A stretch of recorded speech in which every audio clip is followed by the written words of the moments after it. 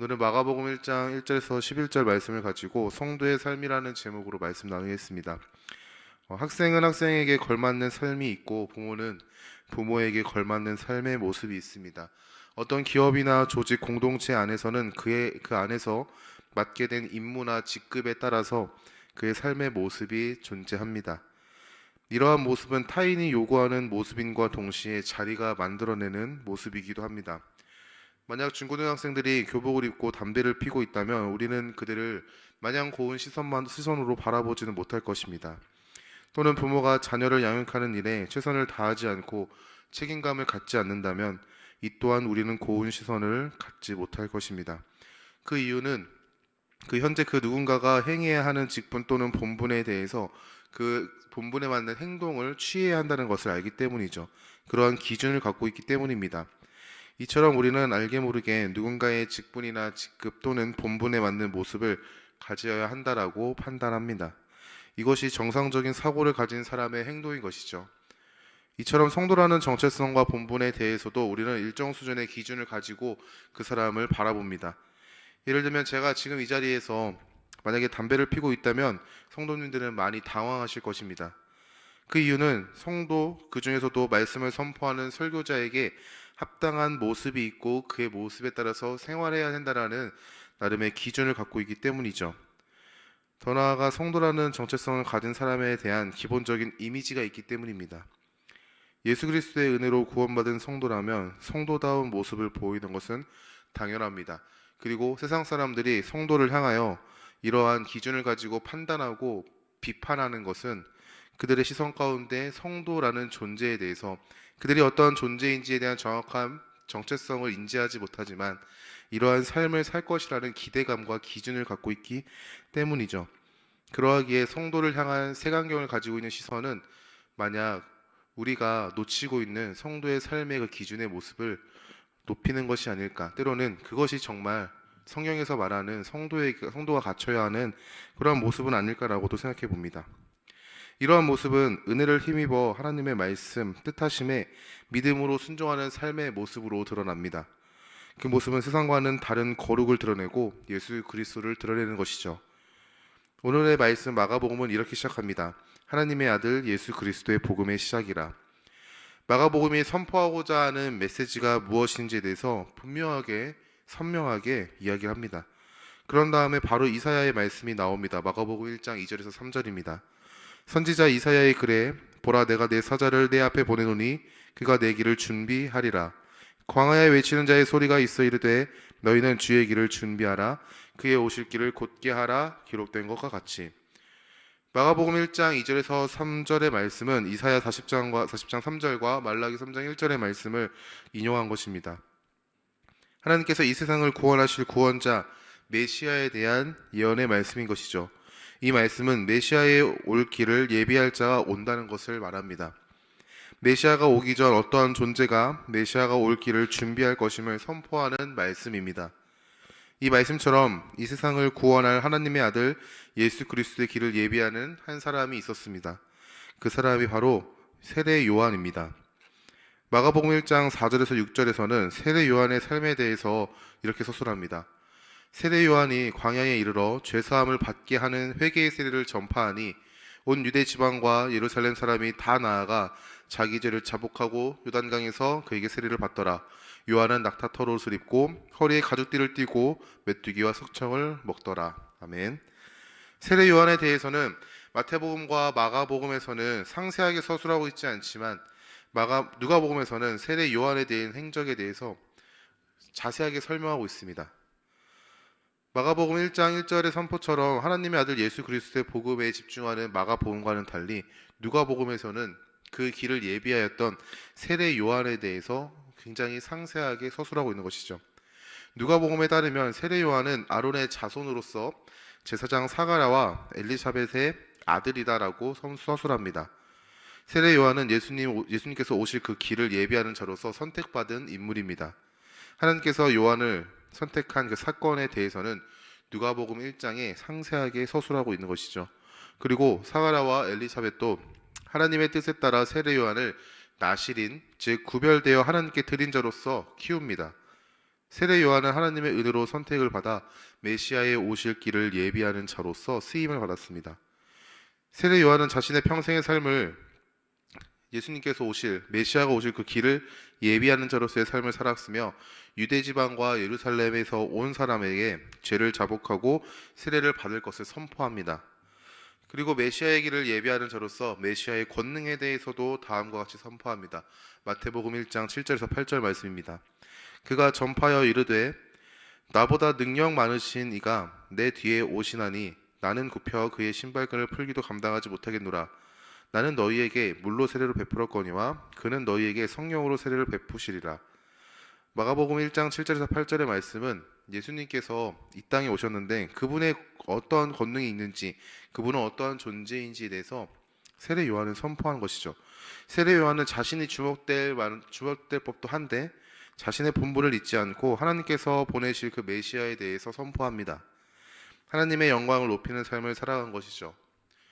세례 요한이 회개의 세례를 베풀고 하나님께서 보내실 메시아에 대해서 선포하는 그때에 세례 요한의 삶의 목적이 되시며 평생의 삶을 들여 기다리던 메시아가 세례 요한에게 찾아왔습니다. 바로 예수 그리스도께서 찾아오신 것이죠. 마가복음에서는 기록되어 있지 않지만 예수님께서 세례 요한에게 자신에게 세례를 베풀 것을 말씀합니다. 그리고 세례 요한이 그 말씀 가운데 망설이는 것도 선명하게 묘사하고 있습니다.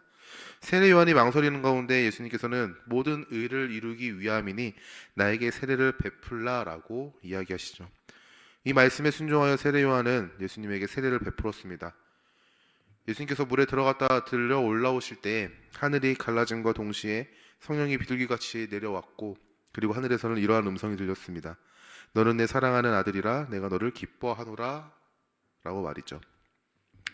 사랑하는 성도 여러분, 예수 그리스도의 은혜로 구원을 받은 성도는 그리고 하나님의 은혜 안에서 기뻐하는 그 성도는 하나님 나라의 백성이 되었고 하나님의 기쁨이 되는 존재입니다. 오직 예수 그리스도의 은혜로 우리는 하나님의 자녀가 되었고 예수 그리스도의 몸된 교회의 성도가 된 것이죠. 이것은 진리이며 이 진리는 우리에게 은혜로 주어졌고 그 은혜에 대한 하나님께서 우리에게 요구하시는 반응은 바로 믿음입니다. 우리는 하나님의 기쁨이 되시는 예수 그리스도 안에서 하나님의 기쁨이 되는 것이죠. 우리는 하나님의 사랑하는 아들 예수 그리스도 안에서 우리는 하나님께서 기뻐하시고 사랑하시는 자녀로 여겨집니다. 이러한 성도의 삶은 하나님의 말씀에 은혜를 힘입어 믿음으로 순종하는 삶입니다. 무언가를 이루기 위해서 순종하지 않습니다. 하나님의 기쁨이 되기 위해서 우리는 순종하지 않습니다. 우리는 하나님 나라의 백성으로서 자녀로서 하나님의 기쁨이 된 것에 대한 감사함으로 그 하나님의 말씀에 마음을 다하여 순종하며 나아갑니다. 이 순종의 걸음 가운데 우리의 연약함은 하나님의 절대적인 기준과 거룩하심 앞에서 두려운 이유가 되지 않고 이러한 연약한 나를 품으신 예수 그리스도의 은혜를 더욱더 크게 바라보는 통로가 되는 것이죠. 사랑하는 성도 여러분, 우리의 삶은 하나님의 거룩하심을 드러내는 삶이 됩니다. 성도의 삶은 하나님의 사랑을 세상 가운데 선명하게 드러내는 통로가 됩니다. 성도의 삶은 하나님의 나라 안에서 그 기쁨을 세상 가운데 선포하는 메시지가 됩니다. 성도의 삶은 예수 그리스도의 은혜를 세상에 증거하는 증인의 삶이 되는 것이죠. 더 나아가 성도는 예수 그리스도의 다시 오심을 기다리는 그리고 그 가운데 소망하는 삶을 살아갑니다. 세례 요한이 메시아 구원자 그리스도의 오심의 길을 예비했던 것처럼 이제 성도는 예수 그리스도의 다시 오심, 구원의 완성을 이루실 구원자이시며 세상의 심판자의 모습으로 다시 오실 그분을 기다리고 소망합니다. 그 기다리고 소망하는 가운데 우리는 세상의 복음을 증거하고 예수님께서 다시 오실 그 길을 우리는 예비하는 삶을 살아가는 것이죠. 이것은 성도에게 주어진 사명입니다. 하나님 나라에 살아가는 백성에게 주어진 하나님께서 우리에게 허락하신 기쁨의 사명인 것이죠. 그렇다면 우리는 진지하게 한번 고민해 봤으면 좋겠습니다. 나는 성도의 삶을 살아가고 있는 것인가? 나는 정말 은혜 안에서 믿음으로 살아가고 있는 성도인가? 은혜 안에서 믿음으로 살아가는 가운데 나의 삶은 하나님께 소망을 품어 기뻐하는 삶을 살아가고 있는가? 이러한 질문을 던져가면서 우리가 한번 고민해 봤으면 좋겠습니다. 이 고민 가운데 우리가 은혜 안에서 믿음으로 살아간다면 나의 상황과 환경에 탄식하는 그런 입술의 고백이 아니라 하나님을 향한 감사와 찬양의 고백이 될 것입니다. 그러한 입술의 고백이 우리들 가운데 가득 넘치기를 소망합니다. 성도의 삶은 세상과 구별된 삶이라 말씀드렸습니다. 세상에 주는 기쁨으로 기뻐하고 자신의 능력으로 성취된 것에 감사하고 확신하며 살아갑니다. 하지만 성도는 예수 그리스도의 은혜 안에서 자유하며 감사하고 믿음으로 살아가는 것이죠. 세례 요한의 삶이 구별되었던 것처럼 우리는 이제 예수 그리스도의 안에서 세상과 구별된 존재로 살아가는 것입니다. 그리고 그 구별된 삶은 그리스도의 은혜 안에서 믿음으로 살아가는 그 모습으로 구별됨을 드러내는 것이죠. 이제 곧 설 명절이 다가옵니다. 살아가는 가족 가운데 믿지 않는 가족들이 있을 수도 있습니다. 믿지 않는 것을 넘어서 부정하고 판단하고 대적하는 그러한 가족들이 있을 수도 있습니다. 우리가 예수님을 모르는 믿지 않는 때로는 대적하고 부정하고 예수 그리스도를 믿는다는 그 이유 하나만으로 미워하는 그 성도, 그 사람들, 세상 사람들 앞에서 우리가 예수 그리스도를 믿는 성도로서의 삶의 모습을 드러낼 수 있기를 소망합니다. 그 삶의 모습을 드러내려 할 때 수많은 방해가 찾아올 것입니다.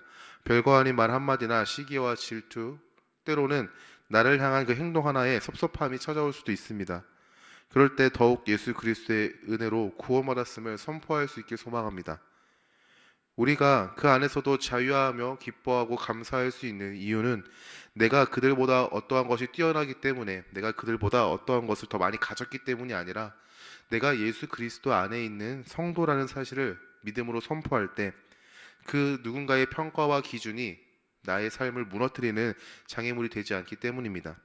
자유함을 넘어서 세상을 바라보지 아니하고 그리스도 안에서 하나님께서 허락하신 그 은혜를 소망하며 나아갈 때 우리는 세상이 주는 기준과 판단 앞에 두려워하지 아니하고 담대함으로 나아가는 것이죠. 그 은혜 안에서 우리의 정체성을 바르게 선포할 수 있길 소망합니다. 예수 그리스도의 은혜 안에서 믿음으로 살아가는 그 모습과 자유함과 감사와 찬양이 넘치는 그 모습이 세상 가운데 예수 그리스도를 드러내는 모습이 될 것입니다. 우리의 삶을 통하여 예수 그리스도가 드러나기를, 세상이 그를 주로 바라볼 수 있기를, 우리들의 삶의 모습을 통하여 하나님의 나라가 세상 사람들 가운데 선포되어 수 있기를 예수님의 이름으로 축원합니다.